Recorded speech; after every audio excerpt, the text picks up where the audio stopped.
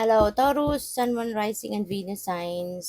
Kamusta po kayo? Sana po ay nasa mabuti kayong kalagayan.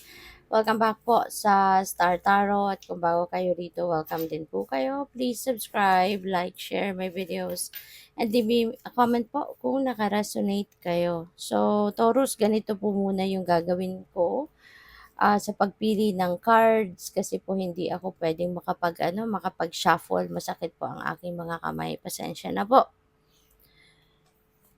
But anyways, kukunin natin kung ano yung guide sa atin, kung alin yung pinapakita sa akin ng guides ko.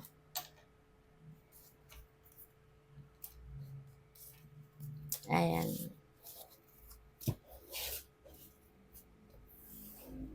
Ayan. So, paunang mensahe po ni Taurus, we have the Four of Cups. Ayan. May offer po sa inyo, Merong offer na paparating. Pero heads up nga ito sa inyo na dapat pansinin ninyo kung ano yung offer na kumakatok sa inyo, kung ano yung opportunity na to na dadating. Kasi pa pwedeng ang iba sa inyo ngayon parang wala sigurong gana, maaaring may mga ibang iniisip, maaaring may ibang mga pinagkakaabalahan, something like that. At kaya parang walang amor, kumbaga, sa mga bagong oportunidad na po puwedeng lumalapit nga sa inyo, parang gano'n. Kaya this could be a heads up para sa'yo na pansinin mo 'to kasi you never know, baka ito yung opportunity na alam mo 'yun, makakasagot sa mga bagay na iniisip mo, mga bagay na naguguluhan ka, 'di ba? So, take advantage of this or at least tignan niyo muna, 'di ba? Para na maano muna ninyo, masipat man lang ninyo at kung hindi niyo gusto, kung hindi ito yung gusto mong trabahuin sa ngayon, and then let it go, 'di ba? Pero at least yung makikita ninyo kasi baka nga, 'di ba, para sa iba sa inyo baka ito na yung swerte ninyo, 'di ba?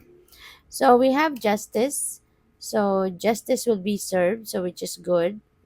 Kung anong pinaglalaban ninyo sa ngayon, saan man kayo merong kino-complain, 'di ba? Baka meron kayong binarangay, reklamo sa munisipyo, or baka meron kayong ah, nilalakad sa korte, 'di ba? So this signifies na magiging ano 'yan, mase-serve sa'yo yung justice. Makukuha mo yung hustisya, makukuha mo yung magandang resulta na kung ano man ang nirereklamo ninyong ito, 'no? And this is also about balance, 'no? So maganda rin na magkakaroon na kayo ng balancing muli.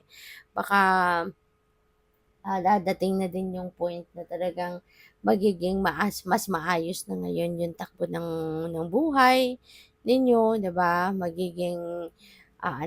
Magkakaroon na kayo ng time, 'di ba, para sa lahat ng ginagawa ninyo or dapat na asikasuhin.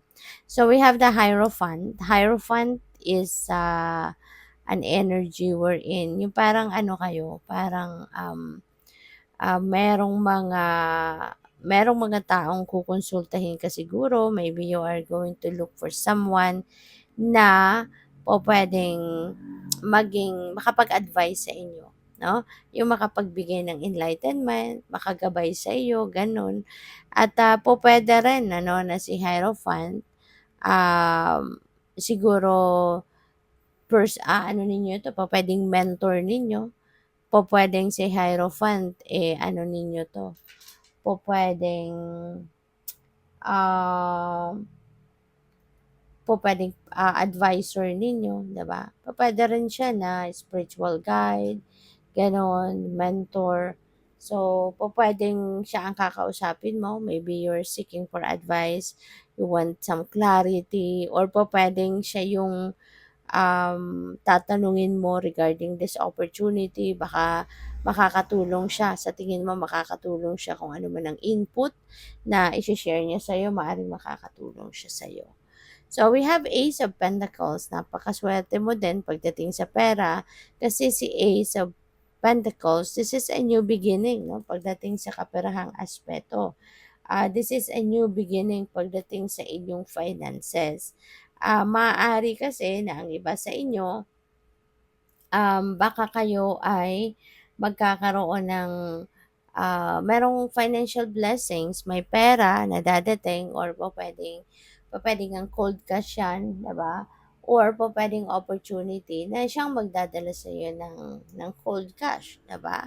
Yung kunyari bagong trabaho, bagong racket, 'di ba, business, yung mga gano'n, 'no? So, pupuwedeng may mga dadating na mga gano'ng ano sa inyo, kaganapan na eventually, papakinabangan talaga ninyo at lalong-lalo na makakatulong sa inyong finances na magbago ito for the better. But since this is an Ace of Pentacles, so definitely, ang iba siguro sa inyo, magsisimula na pumasok ang inflow of abundance, kaya makakapagsimula na din kayo na mabago na ninyo yung financial landscape ninyo. Mabago yung sitwasyon ninyo pangkaperahan. Pupuwede 'no, na yung mga perang ito manggagaling sa kung saan-saan, pupuwedeng merong manggagaling sa inheritance, puwedeng merong panalo, merong windfall 'no. So, we have the Tower, merong pagbabago na magaganap pagdating sa inyong iba't ibang parte ng buhay ninyo. Kasama na dito yung finances, trabaho, career, love life, family. So, depende, no? Depende yan sa inyong sitwasyon. But this is going to be a big surprise para sa inyo. Hindi ito yung pagbabago na gusto mong gawin. Hindi ito yung pagbabago na pinagplanuhan mo. This is the universe going to do this for you. Yung universe ang magbabago ng sitwasyon mo. Kaya, maaaring magulat ka, 'no, maaaring may gulat factor ito kasi nga hindi mo 'to plinano. Pero just hang in there, okey? Wag mo ng kontrahin, just allow it to happen kasi dadalhin ka nito sa kung saan ka dapat mapunta. Dadalhin ka nito sa sitwasyon wherein kailangang ano ka na, or mapupunta ka sa sitwasyon na doon ka magiging feeling fulfilled, doon ka magiging masaya, gano'n, no? So, what else? We have the Ten of Pentacles. Ang swerte mo pagdating sa pera, no, Taurus. Kasi si Ten of Pentacles, this is about abundance and prosperity din.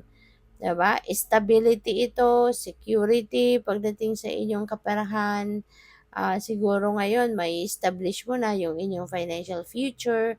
Marami na siguro kayong ipon or makakapagsimula na kayong mag-ipon ng mag-ipon for the future. So, pupuwedeng gano'n ang ganap. Kaya magiging may contentment dito. So, we have the Chariot. Pupuwedeng merong magta-travel, baka yung opportunity na 'to 'no, maaaring related sa pagbabiyahe or pupuwedeng yung mga financial opportunity na 'to ay baka manggagaling 'no, sa pagbabiyahe. Pupuwedeng gano'n ang ganap diyan. So, may success 'no, may success na nag-aantay sa'yo sa ngayon. Kaya kung ano man 'yan, ngayon pa lang ipagpasalamat mo na, 'di ba, kung ano man yung, ano na 'to, um, opportunity na ito, okay. Good luck sa'yo. Thank you for watching. Love and light. Namaste.